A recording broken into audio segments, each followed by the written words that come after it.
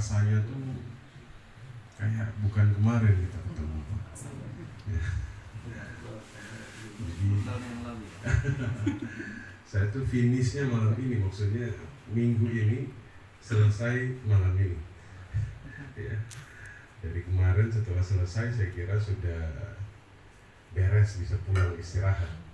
Rasulullah la nabiyya ba'da. Allahumma shalli ala sayyidina Muhammad wa ala ali sayyidina Muhammad. Bapak-bapak dan Ibu yang saya hormati, jamaah Masjid Quba, pertama-tama marilah kita panjatkan puja dan puji syukur kepada Allah Subhanahu wa taala yang telah memberikan begitu banyak nikmat iman, Islam, kesehatan, dan alhamdulillah kita dikumpulkan di rumah kami untuk pertama-tama silaturahim dengan keluarga kami, dan tentunya sebagai acara rutin dari program Dewan Kemakmuran Masjid Quba, yaitu ngaji keliling atau ngaling. Dan alhamdulillah pada kesempatan ini bertempat di rumah kami, dan salawat dan salam semoga selalu tercurah pada junjungan kita, tauladan kita, Nabi besar Muhammad sallallahu alaihi wasallam, kepada keluarga, kepada sahabat, insyaallah kita sebagai umatnya dikumpulkan dengan beliau di jannah Allah Subhanahu wa taala. Bapak Ibu sekalian, barangkali kemarin masih ingat taklim Sabtu subuh, Sabtu ini kita ketemu kembali dengan guru kita Dr. Ruslan Hussein Manasabesi. Kalau kemarin taklimnya mungkin kurang puas, maka di rumah kami mungkin kita puaskan. Alhamdulillah. Walaupun barangkali tema atau materinya agak berbeda, karena kemarin temanya yang diangkat adalah masalah fikih muamalah dengan subtema gharar. Barangkali pada kesempatan ini di rumah kami memohon kesediaan Ustadz untuk memberikan nasihat terkait dengan insyaallah pernikahan putra sulung kami, Ananda Raihan Ridho Rahman, pada tanggal 26 November 2022. Kami bertitip permohonan doa dari Bapak Ibu sekalian.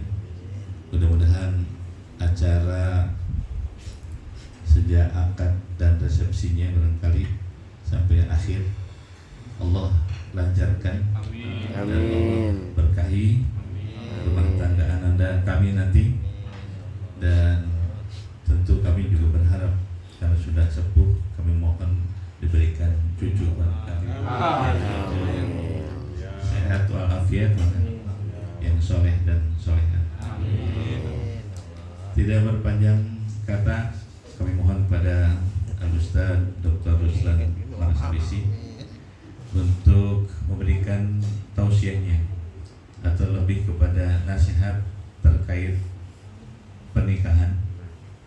Bukan hanya nasihat bagi anak kami Rehan, tetapi barangkali kita yang sudah nikah lama ini juga perlu nasihat, ya, supaya rumah tangganya tetap harmonis, atau yang masih jomblo tetap diberikan semangat terus dan Allah mudahkan. Demikian kurang lebihnya kami mohon maaf. Sekali lagi barangkali juga penyambutan dari kami mohon dimaafkan apabila tidak berkenan di hati Bapak Ibu sekalian. Dan sambil kita mendengarkan nasihat atau tausiah dari Ustaz, silakan DJJP hidangan yang sudah kami sediakan. Fikih hidangan sekarang. Assalamualaikum warahmatullahi wabarakatuh. Mohon maaf tidak ada pantun.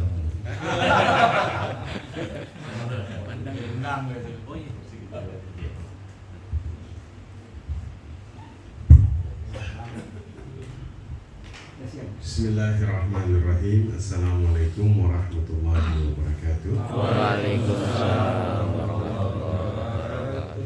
Alhamdulillah, alhamdulillahilladzi la yansa man dzakara. Alhamdulillah, alhamdulillahilladzi la yudhi'u man syakara. Saya izin duduk di atas. Nah, saya agak langsing jadi ada nggak apa-apa ya? Nggak apa-apa. Cukup insyaallah. Alhamdulillah. Bisa dipindah. Biar langsing.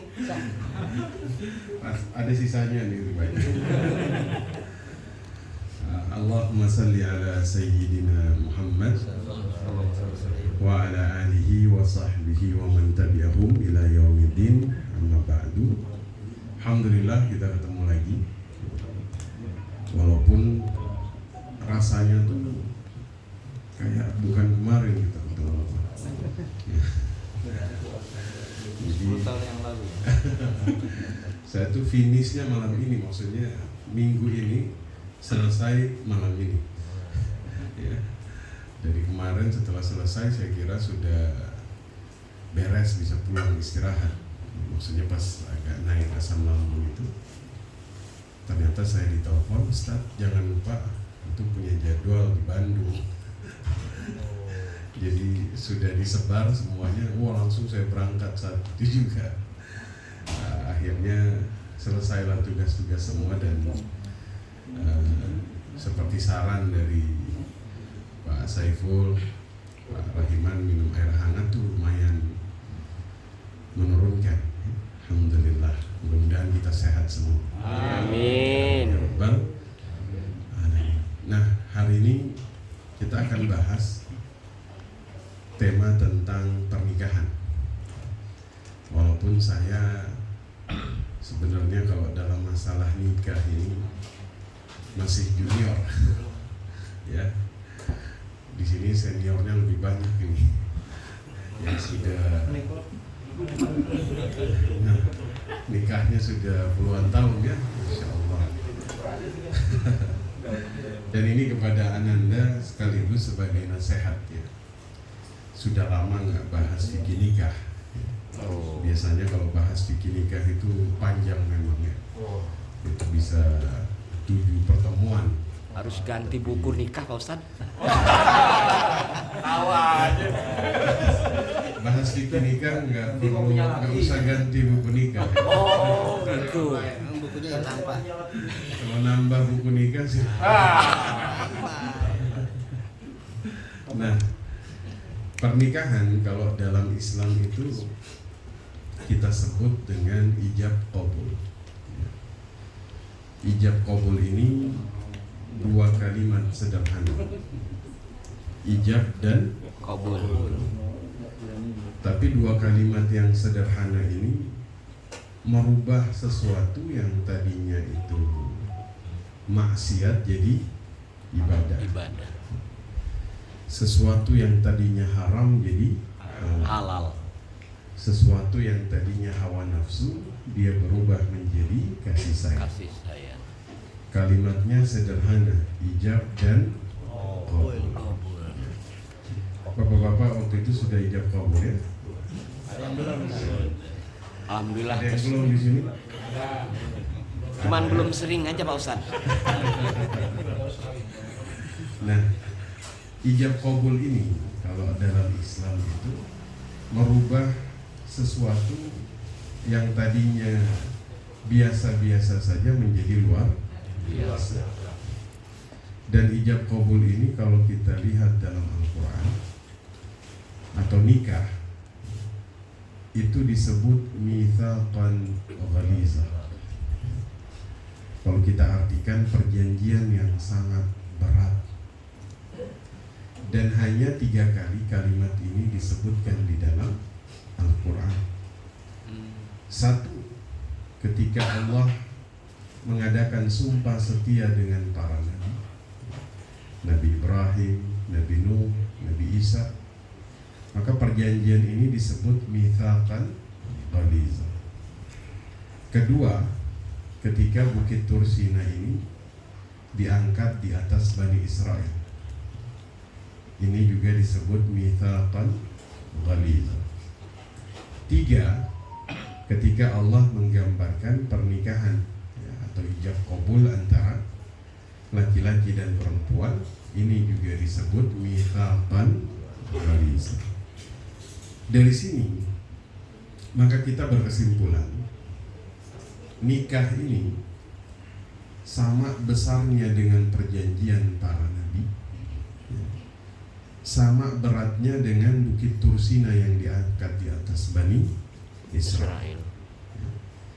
Makanya bangsa yang menganggap remeh pernikahan itu pasti hancur. Ya. Kan kita melihat gaya hidup di luar sana, seakan-akan nikah ini sesuatu yang gak penting. Jadi mereka berzina tanpa harus ada ikatan pernikahan, pasti hancur. Nah, kalau kita tahu bahwasanya nikah dalam Islam itu sesuatu yang besar, makanya sebelum nikah sebaiknya mengetahui sedikit ilmunya. Babul ilmi qabla al-amal, bahwa bab ilmu itu harus dilakukan sebelum beramal ya. Begitu kira-kira yang dikutip oleh Imam Bukhari di dalam kitabnya. Nah, mitsaqan ghaliza ini disebut 3 kali dalam Al-Quran. Bahkan kalau Bapak Ibu membuka teks dari khutbah wada Nabi ketika beliau menyampaikan khutbah wada, karena Nabi kita ini hajinya tuh cuma 1 kali, pertama dan terakhir, makanya disebut haji wada. Begitupun ketika beliau berkhutbah di hadapan ribuan kaum muslimin, ini disebut khutbah wada. Maka saya kutip sedikit dari khutbahnya Nabi pada saat itu. Ya ayyuhan nas, beliau mewasiatkan kepada manusia, ittaqullaha fi nisaikum, bertakwalah kalian kepada Allah dalam urusan wanita. Fa innakum akhadtumuhunna bi amanatillah, karena kalian menikah itu kalian mengambil seorang wanita dengan status amanah. Wastahallakum furujahunna bi kalimatillah, perempuan itu dihalalkan kehormatannya kepada kalian. Jadi penghalalannya itu menggunakan kalimat Allah. Wastausu binisa'i khairan, maka aku berwasiat kepada kalian dalam urusan wanita ini dalam kebaikan. Makanya kita tuh dilarang melakukan kezaliman. Ittaqu zulman fa inna zulma zulumatin yawmal qiyamah. Bertakwalah atau takutlah kepada kezaliman, karena kezaliman ini akan datang dalam bentuk kegelapan di hari kiamat. Apalagi jika berkaitan dengan perempuan. Al-baghyu, ini kan kezaliman yang paling besar, yang paling dibenci adalah kezaliman kepada pasangan hidup, kepada istri. Makanya Nabi mewasiatkan kepada kita agar dalam urusan wanita ini kita harus betul-betul melakukan kebaikan dalam urusan pernikahan. Nah, makanya Nabi itu menilai seorang laki-laki, biasanya beliau itu menilai sahabatnya dari bagaimana cara mereka memperlakukan keluarganya. Nah, makanya penting bagi yang belum menikah, yang di kanan dan yang di kiri. Ya, alhamdulillah.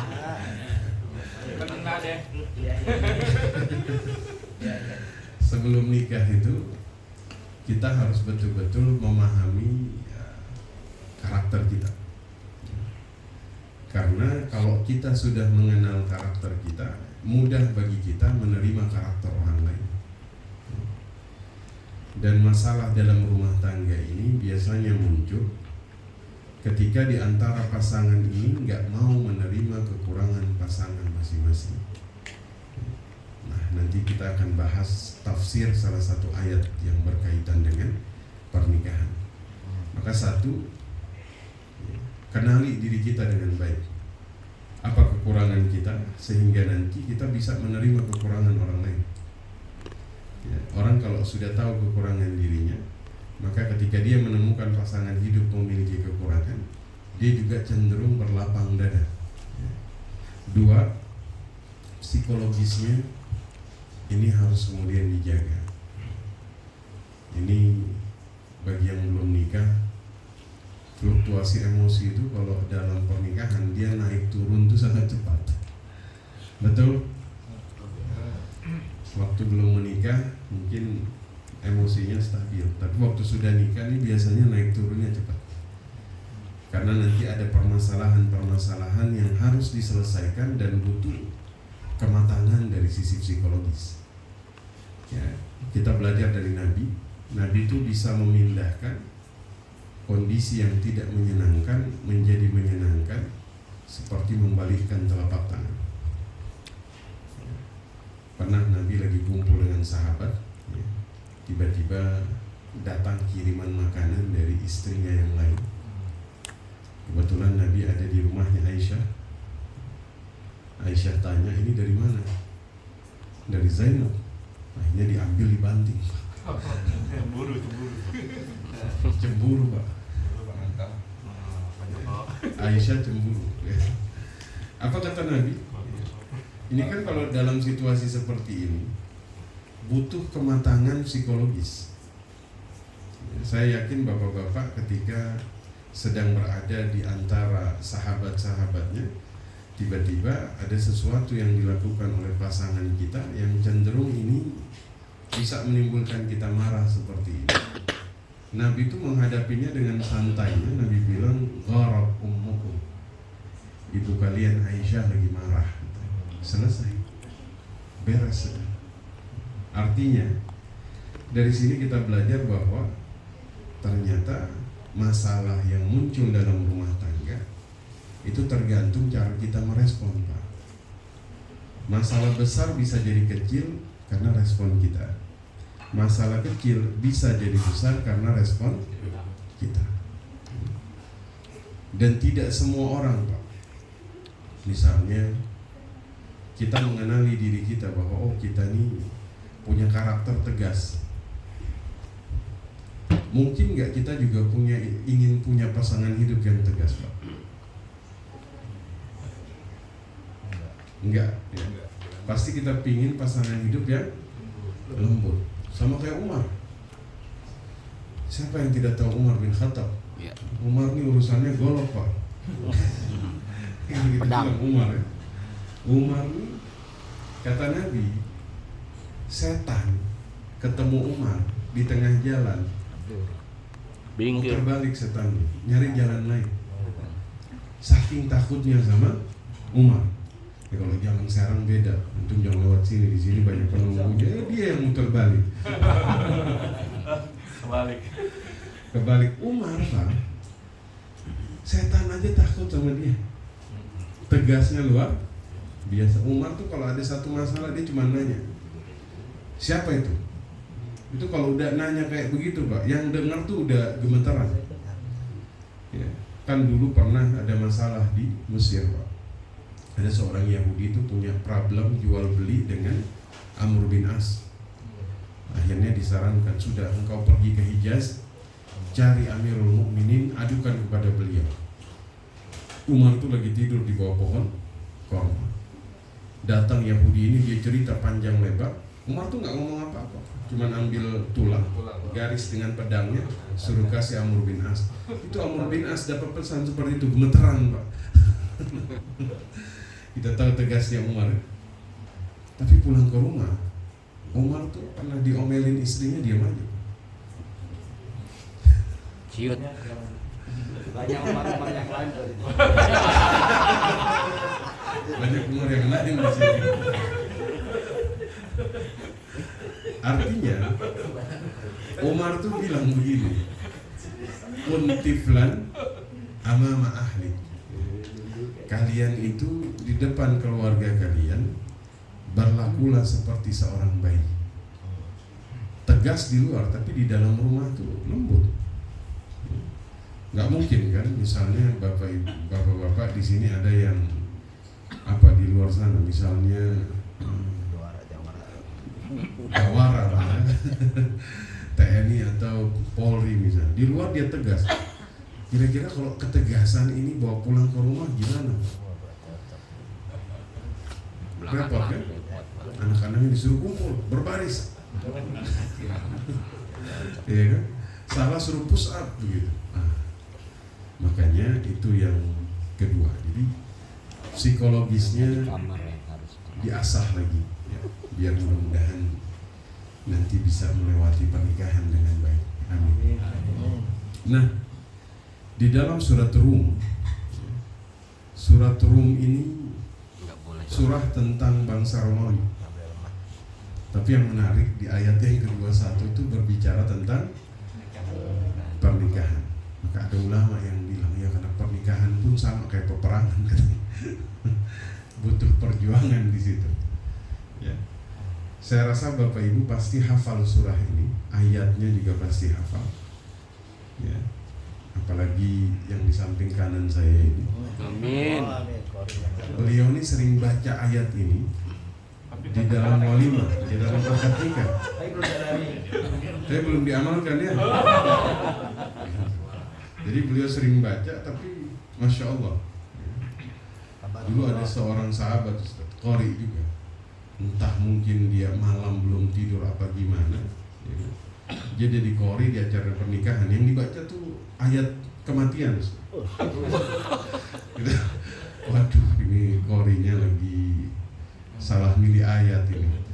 Ngantuk mungkin ya. Nah, surat Rum ayat kedua 1. Wa min ayati, di antara tanda-tanda kebesaran Allah. Di sini Allah hendak menunjukkan kebesarannya. Mungkin selama ini kita itu hanya tahu ayat Allah itu berhuruf dan bermakhraj. Ada 6.666 ayat. Itu kan tanda. Ayat ini berarti tanda.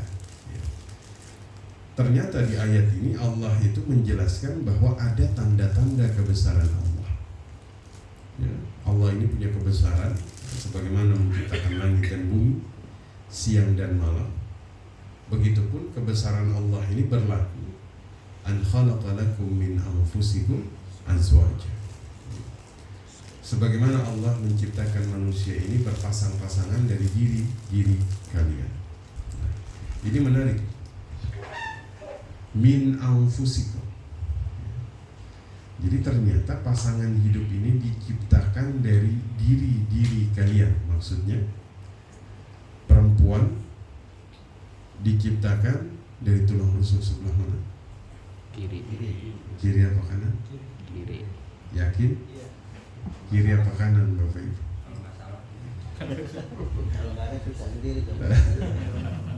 Dari sebelah kiri, betul. Kata Nabi, khuliqal mar'atu min dilai. Perempuan diciptakan dari tulang rusuk sebelah kiri. Saya mengutip apa yang dikatakan Al-Imam Fakhrul Razi. Sebelah kiri itu dekat ke jantung. Berarti untuk didekat, untuk dijaga. Kenapa perempuan tidak diciptakan dari tulang kaki laki-laki? Karena bukan untuk diinjak. Kenapa bukan dari tulang kepala? Perempuan ini bukan untuk dipuja, tapi dari tulang rusuk sebelah kiri. Untuk dijaga. Didekat. Cuma lain dong. Langsung ditegas sama beliau. Didekat. Tapi bukan dekat yang dari leher begini kan? Kepiting. Oh itu titik ya. Beda ya.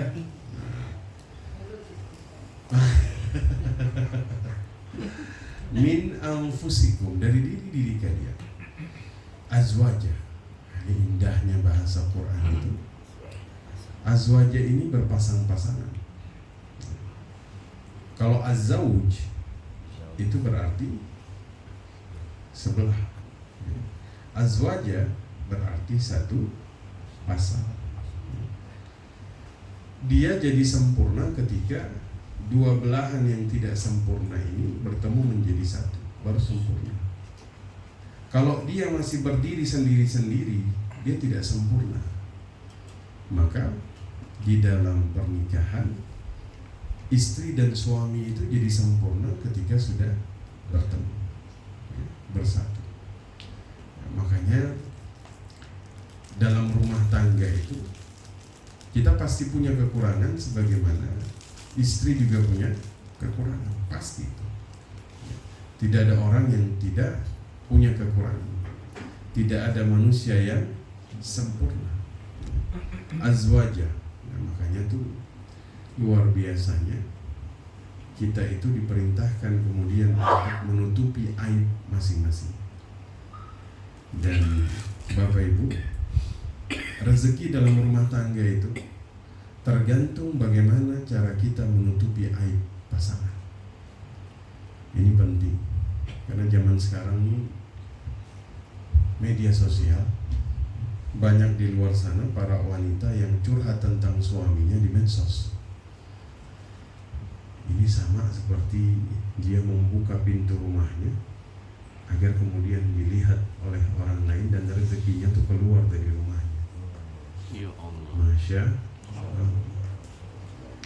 Padahal ketika kita menutupi aib pasangan, di saat itulah kita tuh akan menemukan banyak kemudahan yang terjadi di dalam hidup. Ada satu kisah yang berkaitan tentang dua orang sahabat yang berguru pada guru yang sama. Jadi mereka ini sering mendatangi satu majelis yang sama, gurunya sama. Beberapa tahun kemudian, salah seorang di antara mereka ternyata sukses membuka majelis yang sama dengan gurunya, bahkan lebih besar dari gurunya. Haibahnya, wibawanya, ya, itu luar biasa, masyhur. Sahabatnya ini bingung, kita ini belajar baru bertahun-tahun, artinya sama-sama tahu lah, kok dia bisa berubah seperti sekarang. Akhirnya setelah dia tanya, kata sahabatnya ini, ya, dulu beberapa tahun lalu ada seorang laki-laki syekh. Jadi orang Arab itu kalau bilang syekh itu bisa dua kemungkinan, ubannya sudah banyak, ahli agama, atau orang yang dipandang, orang yang terpandang. Syuyukh, syaibah, banyak rambut putihnya. Di sini sudah banyak syekhnya juga. Coba buka mana? Syekh mantul. Jadi kalau dipanggil ya syekh, oh, Jangan sudah putih rupanya rambut saya. Syekh Agung. Nah, beliau datang tuh nyari calon suami buat putrinya. Kebetulan yang ada di majelisnya itu hari itu cuma saya. Akhirnya dipanggil oleh gurunya, sini, kamu mau menikah dengan putrinya? Ya karena saya lihat, wah, gagah orangnya nih, putrinya masih cantik ya. Akhirnya saya terima. Berapa ada uangmu? Sekian, jadikan mahar, nikah. Istrinya belum dilihat ini. Pulanglah dia, dibawa ke rumah syekh tersebut. Ternyata istrinya ini, mohon maaf, lumpuh. Ya, kulitnya tuh agak rusak. Rambutnya ini hampir gugur semua.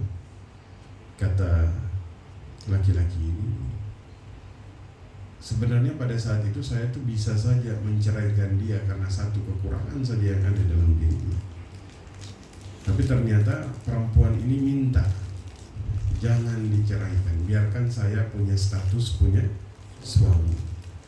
Akhirnya bertahun-tahun saya tutupi aibnya, ya. Dia meninggal, orang tuanya orang kaya, saya dapat warisan. Dan ternyata rahasianya di situ. Apa yang saya pelajari bertahun-tahun sulit itu jadi mudah karena saya menutupi aib pasangan saya. Maka Bapak Ibu, kalau misalnya nutupi aib pasangan itu luar biasa. Itu tuh kemuliaan datang kepada kita. Ya. Jaga diri kita dari aib pasangan. Ya. Jangan istri kita punya aib kita ceritakan ke orang lain. Ya. Ini berbahaya sekali. Ya. Wa min ayatihi an khalaqa lakum min anfusikum azwaja litaskunu ilaiha, agar mereka merasakan ketenangan dengannya. Nah, ini bapak-bapak, lebih tenang sebelum nikah atau sesudah nikah? Sudah nikah lah.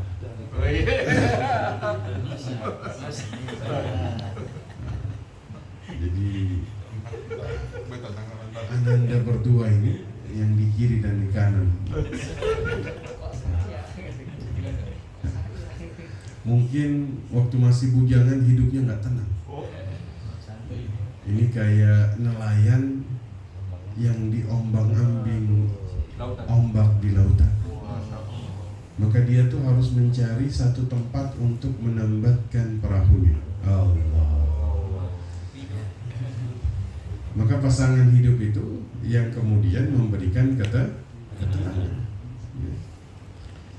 Makanya nanti bisa dirasakan sebelum nikah gak tenang hidup. Setelah nikah tenang insya Allah. Karena ada teman untuk berbagi. Ya. Makanya kan orang sering bilang sakinah ya apa samawat. Sakinah mawaddah warahmah. Siapa? Makanya kan kita sering bilang apa? Sakinah. Sakinah ini kan ketenangan. Ya. Tapi kalau berubah sedikit saja makhrajnya, ya, bukan sakinah tapi sikin. Sikin itu bahasa Arab itu artinya pisau. Ya. Jadi pernikahan itu kalau dia nggak sakinah bahaya. Bisa menyakiti satu dengan yang lain. Pisau. Sikin, pisau. Pisau ini cenderung menyakiti.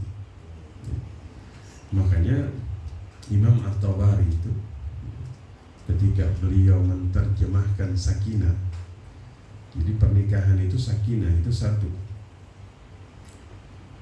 litad'afu ma'ha, ada atifah. Waktu nikah, ya, dua-duanya tuh harus punya ikatan. Kalau tidak punya ikatan maka bahaya. Contoh, kehadiran suami itu untuk menjaga kesucian istri, sebagaimana kehadiran istri untuk menjadi kesucian bagi suami.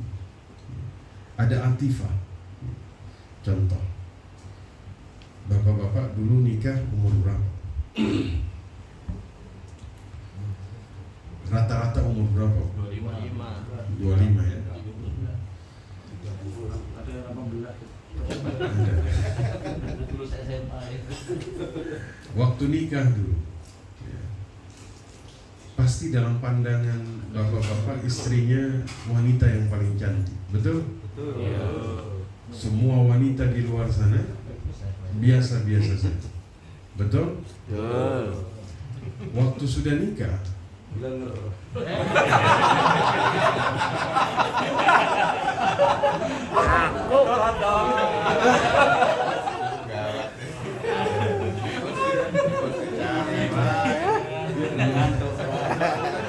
biar nggak ngantuk.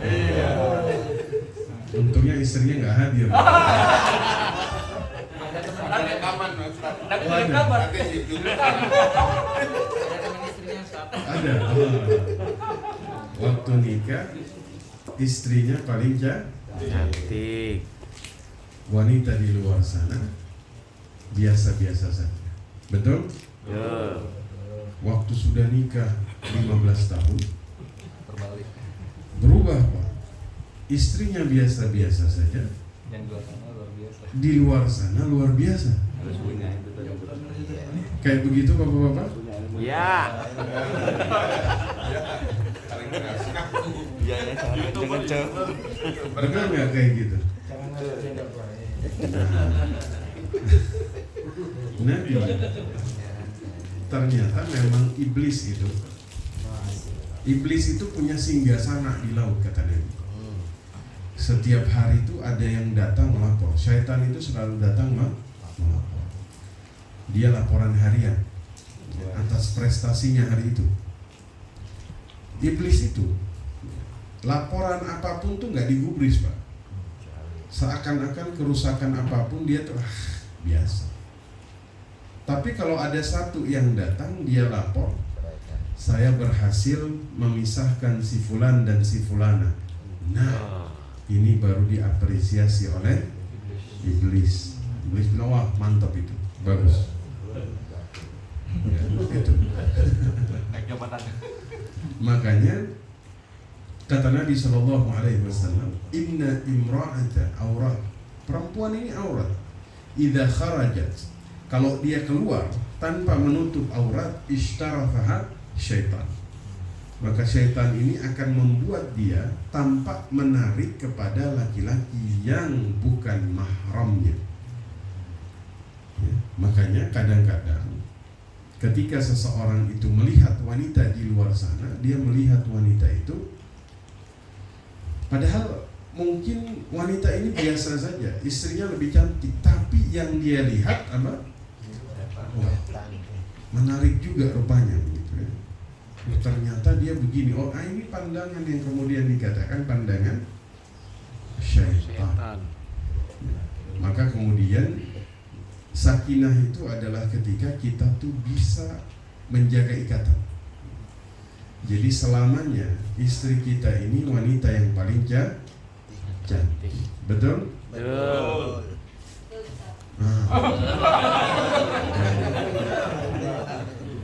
Dipertegas langsung. Namanya kita ini mau laki-laki perempuan, ada saatnya yang dulunya gagah jadi berkurang gagahnya, ya kan? Yang tadinya begitu cantik pasti kemudian menua, pasti. Kan perempuan ini seperti bunga, dia kuncup, dia berkembang, dia mewangi, dia layu. Yang enggak layu itu cuma bunga plastik. Benar ya? Makanya banyak yang operasi plastik karena nggak mau layu. Nah, maka sakinah litaskunu ilaiha wa ja'ala bainakum mawaddatan wa rahmah. Mawaddah. Ini kan ada pepatah Melayu. Asam di gunung, garam di laut, bertemu jua di belanga. Masya Allah. Lagu itu rupanya. Oh, ada yang menyanyikan lagu itu ya? Saya nggak tahu ya. Itu pepatah Melayu kalau nggak salah ya. Jadi kalau kita artikan mawaddah itu cinta. Waktu nikah pasti yang dicari adalah kelebihan. Waktu sudah nikah, maka ketahuan kekurangannya apa saja. Maka perintahnya kalau mawaddah itu adalah saling menutupi kekurangan. Itu mawaddah. Warahmah. Nah ini Masya Allah, rahmah ini sudah kasih sayang. Makanya tadi saya tanya, bapak-bapak udah nikah berapa puluh tahun di sini? Baru kemarin. Ini jalan masih pegangan tangan sama istri? Enggak lagi ya Pak Ustaz. Enggak lah. Saya aja orang laki pegangan tak. Oh, HP kemana-mana, pegangan HP. Jarak 2 meter. Kadang-kadang jaraknya 2 meter ya. Istrinya disuruh jalan di depan. Iya. Dia jalannya dari belakang.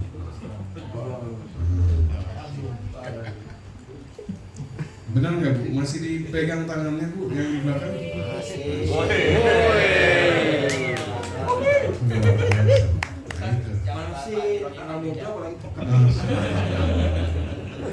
Itu yang dikatakan rahmah. Saya belanja ke mana-mana. Maka nikah ini kata Nabi, man tazawwaj faqad istakmala nisfal iman. Barang siapa menikah dia sudah menyempurnakan sebagian imannya. Jadi misalnya yang belum nikah rajin sholatnya, rajin, tapi masih setengah. Wah. Kalau udah kan Dia rajin baca Quran, masih setengah. Sempurna ketika dia Menikah. maka cepat-cepatlah bagi yang sebelah kanan agar makin sempurna. Amin. Amin ya Rabbal. Kemudian tujuan nikah ini kan yang paling utama adalah kita punya anak-anak yang saleh. Amin. Nah ini yang paling penting. Mudah-mudahan dapat anak keturunan yang saleh. Amin. Yang saleh. Amin. Karena ini modal utama. Ketika seseorang meninggal, putuslah semuanya. Yang tersisa hanya 3. Termasuk diantaranya adalah anak soleh.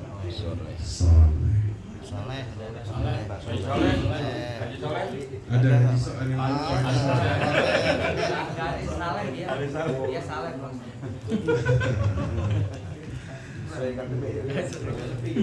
karena ini sangat penting sekali, karena nanti di dalam pernikahan ini kesolehan suami itu akan berefek kepada kesolehan istri. Kesolehan suami akan berefek kepada kesolehan anak. Makanya dalam pernikahan ini persiapkan kesolehan kita dengan baik, karena ini yang nantinya akan kita wariskan kepada anak keturunan kita. Banyak orang tuh mewariskan harta yang melimpah kepada anak keturunan. Ada yang tidak mewariskan harta sama sekali, tapi dia lebih banyak mewariskan kesolehan. Dan ini yang lebih menjauh. Dalam sebuah kisah, dulu tuh ada nama khalifah Abu Ja'far Al-Mansur. Beliau ini diangkat menjadi khalifah. Seperti biasa, mereka tuh akan mengumpulkan manusia pada saat itu, minta nasihat. Itu ada satu sesi khusus, Pak. Semua orang tuh boleh datang untuk nasihatin khalifah. Waktu mereka lagi kumpul, tiba-tiba masuk seseorang, namanya Munqatir. Dia masuk. Waktu masuk, khalifah ini agak sedikit tegang. Wah, ini orang nih yang akan kemudian merusak kebahagiaan kita hari ini. Maka dipanggil tetap, nasihati aku. Maka beliau bilang, ya Amirul Mukminin, antum mau dinasihati bima ra'aitu atau bima sami'tu, dengan apa yang saya lihat atau apa yang saya dengar. Nasihati aku dengan apa yang pernah kamu lihat. Akhirnya dia cerita. Wallahi, katanya, demi Allah, Umar bin Abdul Aziz ini wafat. Harta peninggalannya itu cuma 18 dinar. 5 dinar untuk makam, 4 dinar untuk kafan, sisa 9 dinar dibagi kepada 11 orang anaknya. 11 anak. Wa mata Hisham bin Abdul Malik, dan kemudian Khalifah Hisham bin Abdul Malik ini wafat. Warisannya itu 4 orang istrinya masing-masing dapat 80.000 dinar. Masing-masing. Berarti kan kalau 80.000 dinar, ini kan 1/8 hartanya dibagi kepada 4 istrinya, masing-masing 80. Berarti 320.000 dinar itu baru 1/8, Pak. Kata beliau, wallahil azim, saya lihat anak keturunan Umar bin Abdul Aziz itu menafkahkan hartanya 100 ekor kuda fisabilillah. Dan saya melihat anak keturunan dari Hisham bin Abdul Malik meminta-minta dari manusia di jalanan. Tuh, satu mewariskan harta yang banyak, satu mewariskan harta yang sedikit, tapi yang satu bukan hanya harta tapi kesolehan. Maka kesolehan inilah yang menjaga anak keturunan. Maka pesan saya, jadi orang yang soleh. Orang soleh itu anak keturunannya dijaga loh. Hatta dia sudah meninggal dijaga. Suratul Kahfi memberikan hikmah yang sangat besar dalam urusan ini. Nabi Musa dan Nabi Khidir jalan ketemu kampung. Pada saat itu kan Nabi Musa diperbolehkan ikut belajar sama Nabi Khidir dengan syarat gak boleh nanya sampai 3 kali. Kalau 3 kali nanya maka gak boleh ikut lagi. Pertanyaan terakhir yang membuat Nabi Musa ini bingung, itu ada rumah meroboh, dibenerin sama Nabi Khidir. Ternyata rumah yang meroboh ini milik 2 orang anak yatim. Di bawah rumah ini ada harta karun peninggalan kedua orang tuanya. Kalau rumah ini roboh, kelihatan hartanya bisa diambil oleh manusia pada saat itu. Allah pertegas dalam Al-Quran Suratul Kahfi, wa kana abuhuma salihah. Dan kedua orang tua dari anak yatim ini orang soleh. Tuh, makanya dijaga, Pak. Ya. Kita sering ninggalin anak keturunan, kita pikir besok-besok mereka makan apa, tapi kita nggak pernah berpikir besok-besok mereka sholat apa kagak. Tuh, tinggalkan anak keturunan dengan kesalehan, karena ini lebih banyak kemudian membawa kemaslahatan daripada hanya sekedar harta. Maka jadi orang saleh, insyaallah. Anak keturunannya jadi anak saleh. Ya. Ini fikih nikah nih, kalau bahas masya Allah hikmahnya banyak ya. Ini bisa 7-8 pertemuan. Karena banyak urusan yang dibahas dalam fikih nikah ini. Belum lagi tentang mahram, belum lagi tentang nafkah, belum lagi hak dan kewajiban. Masya Allah ya. Nah, poin ketiga atau poin yang terakhir, jaga diri kita dari harta yang haram. Kenapa? Karena harta yang haram ini dalam pernikahan itu berefek kepada anak keturunan kita. Imam Syafi'i itu punya ayah namanya Idris. Suatu hari beliau berjalan, ketemu buah delima yang hanyut di sebuah sungai. Beliau ambil, beliau makan, hanyut di sungai. Kecuali petik langsung di pohon. Pohonnya ini kebun orang. Ini enggak, beliau cuma ambil dari sungai. Tapi karena kepikiran, Pak, beliau telusuri sungai untuk nyari tahu siapa yang punya buah ini. Dapat sebuah kebun, wah ini kayaknya jatuh dari kebun ini. Ketemulah yang punya kebun. Beliau minta keikhlasan. Sampai dalam titik beliau bilang, saya kerja 30 hari nggak usah dibayar nggak apa-apa. Yang penting buah delima yang sudah saya makan ini engkau ikhlaskan. Kata yang punya kebun, nggak cukup. Kamu harus menikahi putri saya. Putri saya buta, nggak bisa lihat, tuli, nggak bisa dengar, bisu, nggak bisa ngomong, lumpuh, nggak bisa jalan. Kira-kira bapak-bapak dulu kalau ditawarin seperti ini mau nggak? Gak mau. Mau nggak kira-kira? Belum tentu kan? Idris karena pengen diikhlaskan, terima, nggak apa-apa. Ternyata ini hanya sebuah perumpamaan. Pulang ke rumahnya, ternyata anak perempuan ini bisa melihat. Ini buta, ini kiasan, nggak pernah melihat sesuatu yang maksiat. Bisu, kiasan, nggak pernah membicarakan keburukan. Tuli, nggak mau mendengar keburukan. Lumpuh, kakinya nggak pernah dipakai untuk bermaksiat. Menikahlah, lahirlah Imam Syafi'i. Iya. Masya Allah. Jadi kalau kita jaga diri kita dari harta haram, itu efeknya ke anak kita. Jangan jauh-jauh, lihat Umar bin Abdul Aziz.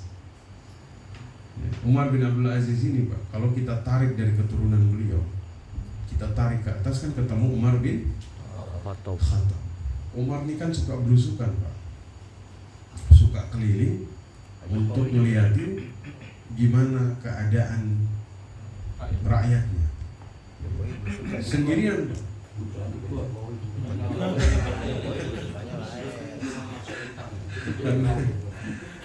Umar tuh waktu itu punya kebijakan Pak, dilarang mencampur air dengan susu. Karena ada yang jualan susu, pengen untung, pengen kelihatan banyak, dicampur Pak. Maka Umar tuh perhatiin, anak perempuan dengan ibunya lagi debat. Kata ibunya, udah campur aja. Kata anaknya, jangan, nanti ketahuan sama Amirul Mukminin. Amirul Mukminin nggak tahu, nanti Tuhannya Amirul Mukminin tahu. Umar kagum sama ini anak perempuan.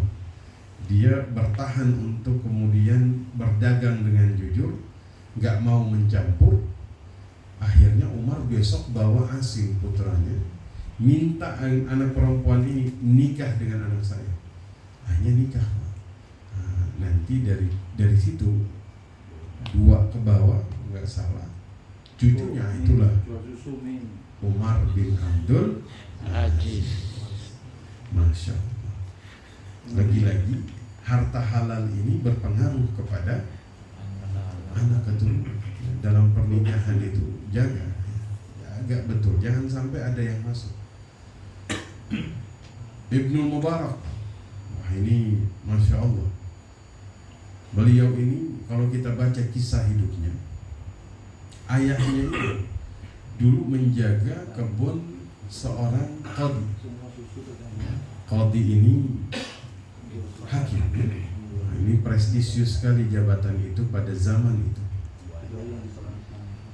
Jadi beliau ini diminta untuk menjaga kebun dari qadhi tersebut.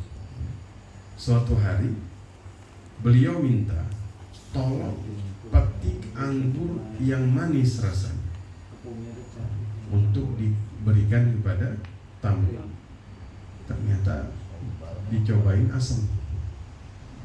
Dipanggillah tukang kebunnya ini. Kenapa kamu tidak mengambil yang manis? Jawaban tukang kebun ini, saya diperintahkan untuk menjaga kebun ini, bukan untuk mencoba rasanya. Jujurnya ini orang. Akhirnya qadhi ini menikahkan tukang kebun ini dengan putrinya. Lahirlah Ibnul Mubarak. Masya Allah. Maka menjaga diri kita dari harta yang haram itu tuh berefek kepada anak keturunan. Pasti. Karena harta haram ini efeknya luar biasa.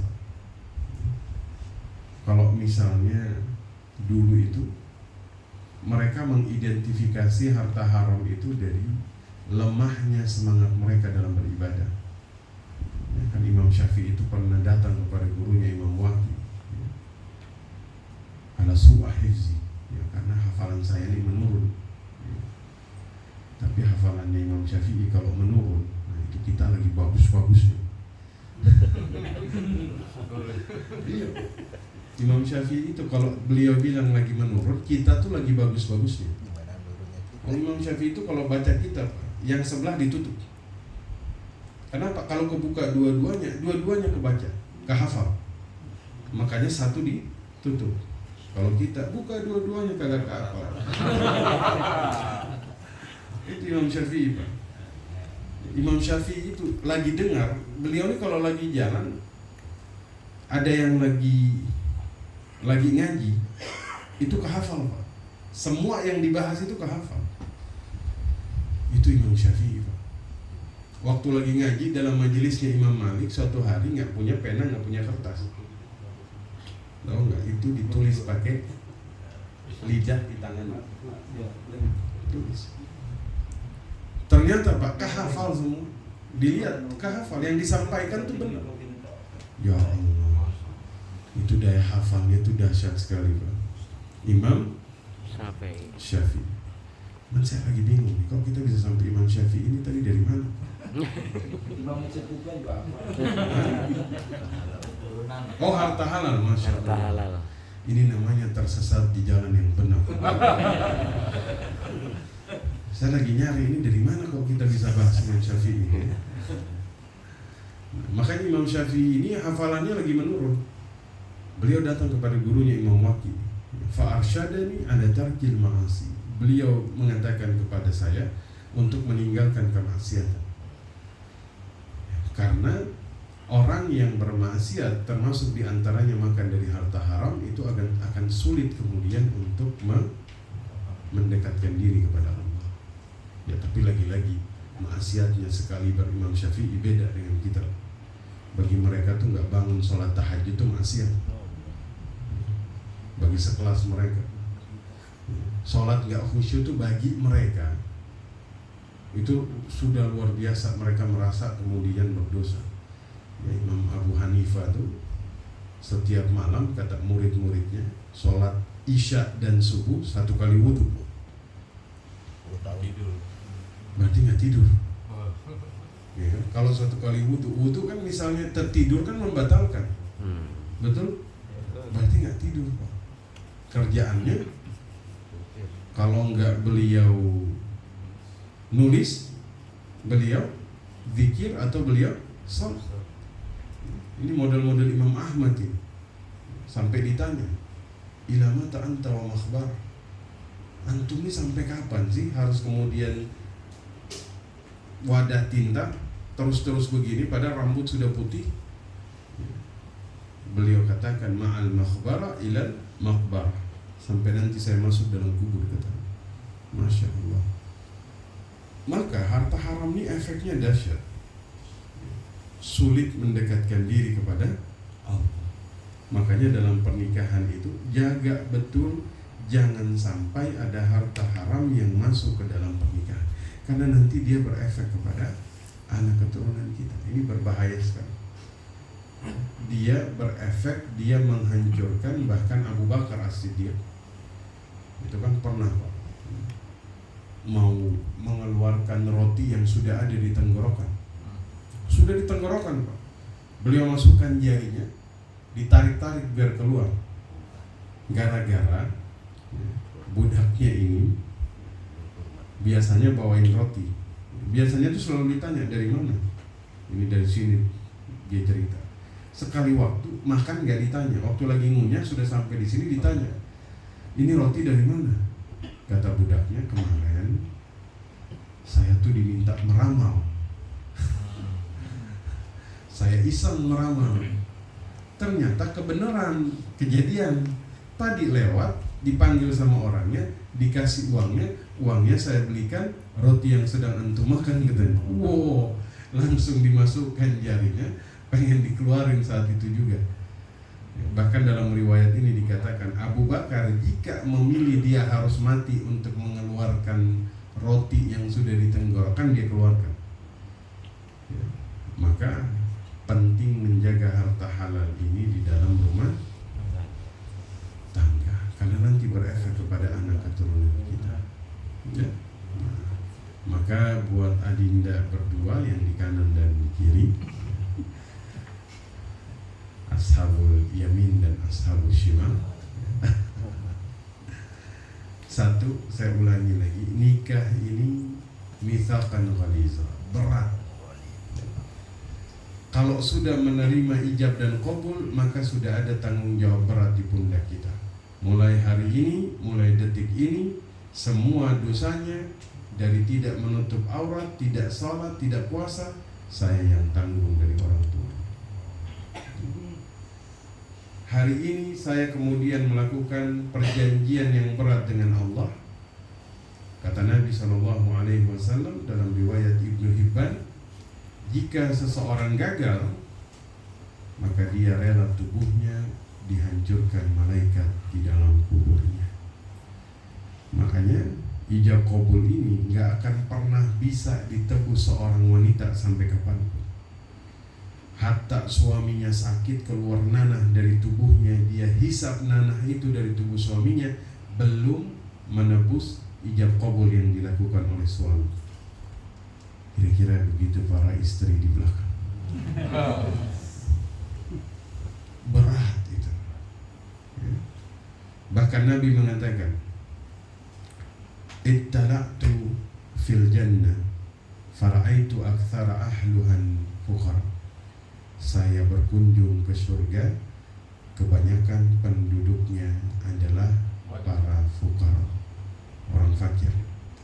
Fattala'tu finnar fara'aitu aktsara ahluhan nisa.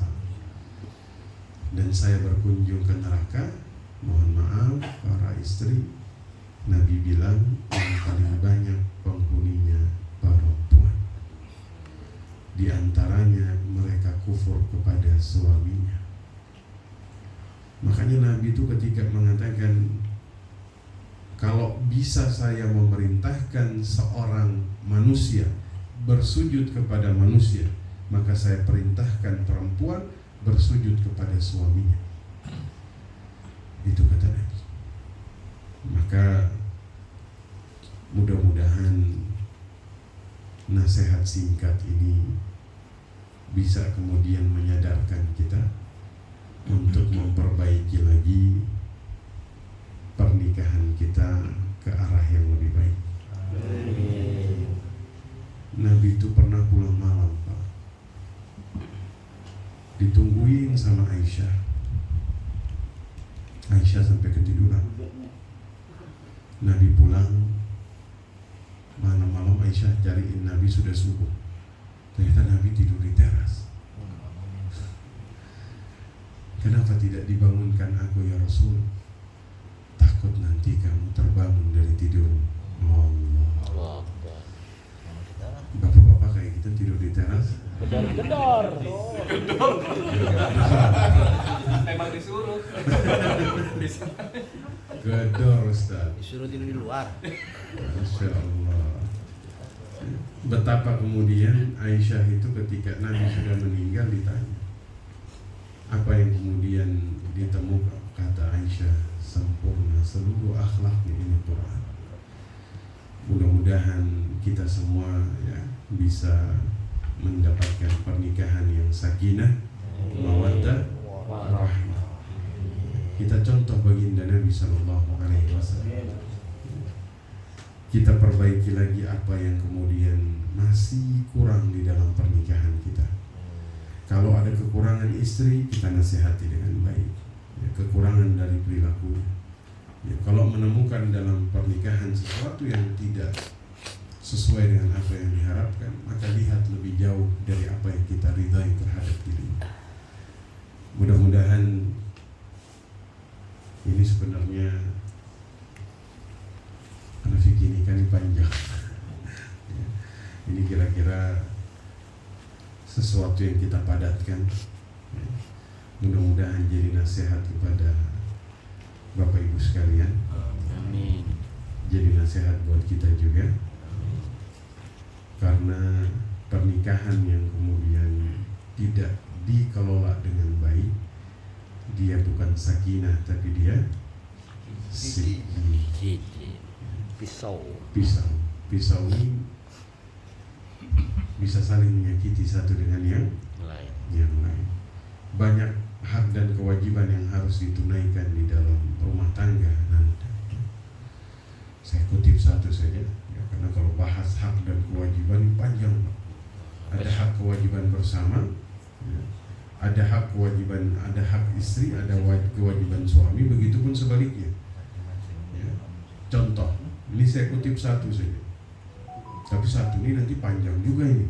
Gak apa-apa ya, ini kalau dalam fikih nikah, dalam kitab-kitab fikih ini panjang. Semua sudah nikah di sini kan, sebagian besar sudah. Ini nasihat dan memang ini agak dalam.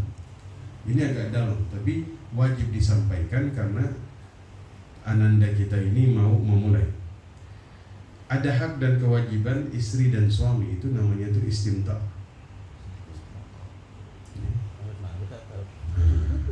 Tanya nanti insya Allah beliau tahu, cuma memang belum dipraktekkan. Suami dan istri itu wajib untuk kemudian dan berhak untuk mendapat, ya istilahnya bersenang-senang dengan pasangan, bermesraan dengan pasangan. Itu hak istri, kewajiban suami. Itu hak suami, kewajiban istri. Harus ya. Makanya kan Nabi bilang, kalau seorang istri, suami minta hak istimta'nya, dia tolak, maka dia dilaknat malaikat dari malam sampai pagi hari. Tapi para istri, tapi ini beda Pak, perempuan dan laki-laki beda. Yang biasanya, ini agak dalam tapi nggak apa-apa ya. Kalau biasanya yang minta duluan istri apa suami? Suami. Istri itu kan malu-malu, wanita ini pemalu. Dia nggak mungkin kemudian menunjukkan meminta ini terlebih dahulu, tapi dalam riwayat kalau dia lebih dulu, maka dosanya diampuni, didoakan puluhan ribu malaikat. Ya Allah. Masya Allah. Sampaikan kepada istri-istri.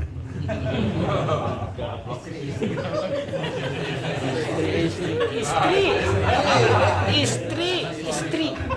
Maksudnya ini kan bapak-bapaknya kan banyak.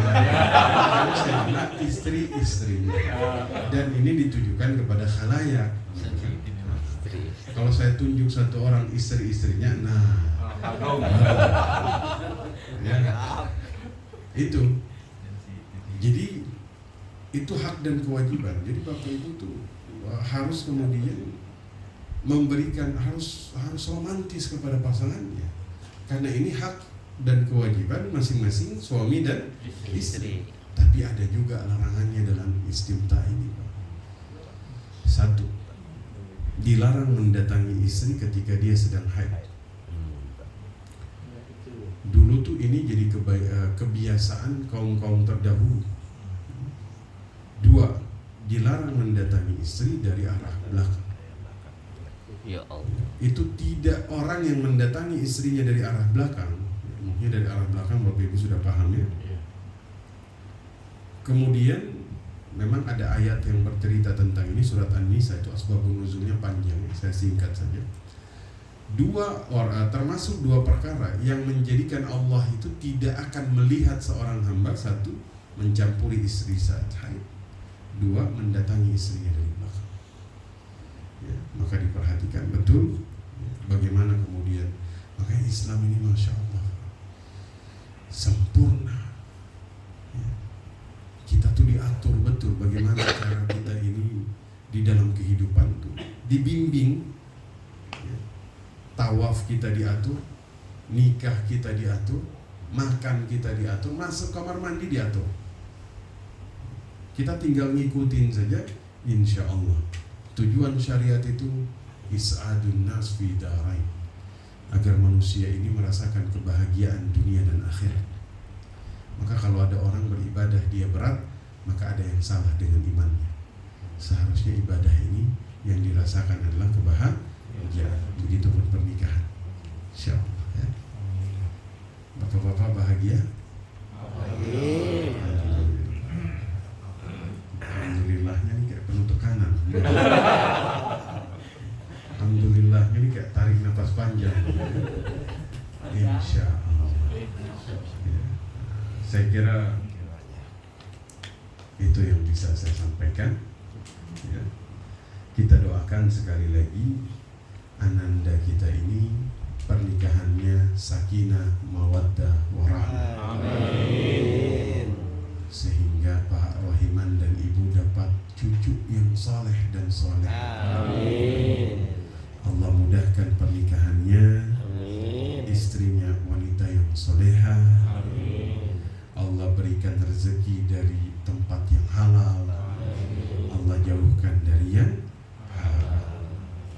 Sekaligus kepada Ustadz kita ini, biar bisa menyusul secepatnya agar makin sempurna Dan sempurna. amin ya rabbal faqad istakmala nisfal iman, agar imannya makin sempurna amin ya rabbal alamin.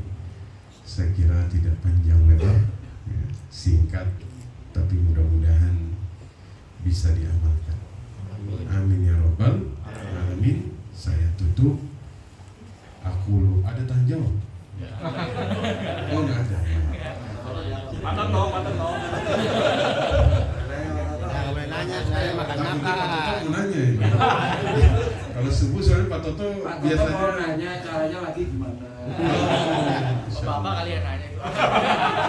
Oh mau tanya caranya lagi gimana? Satu, minta izin sama istri. Aman itu. Itu aman insya Allah. Kayak Nabi Ibrahim. Nabi Ibrahim itu yang milihin langsung Sarah, ditunjuk Hajar. Itu adabnya ya. Jangan main nunjuk sendiri Pak ya.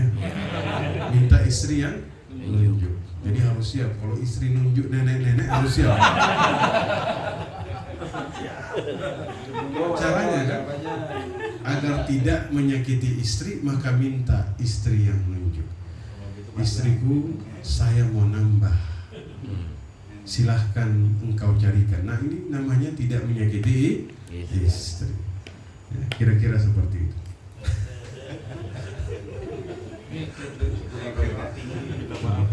Kata ibu-ibu di belakang nambah nih. Berani minta izin sama istrinya? Langkahi mayat saya dulu. 3 kali. Gitu ya. Itu tips-tipsnya. Izin sama istri. Kalau cuma beritahu. Seperti itu. Nah, sama-sama kita berdoa kepada Allah Subhanahu wa taala. Semoga kemudian Allah berikan yang terbaik kepada kita semua yang hadir di sini. Semoga kesempitan kita semuanya diluaskan. Sakitnya kita semua disembuhkan. Hajat kita semua disampaikan. Yang belum nikah mudah-mudahan cepat nikah. Yang sudah nikah mudah-mudahan sakinah mawaddah warahmah. Amin ya rabbal alamin. Bismillahirrahmanirrahim. Bismillahi masyaallah la yasuqul khair illallah.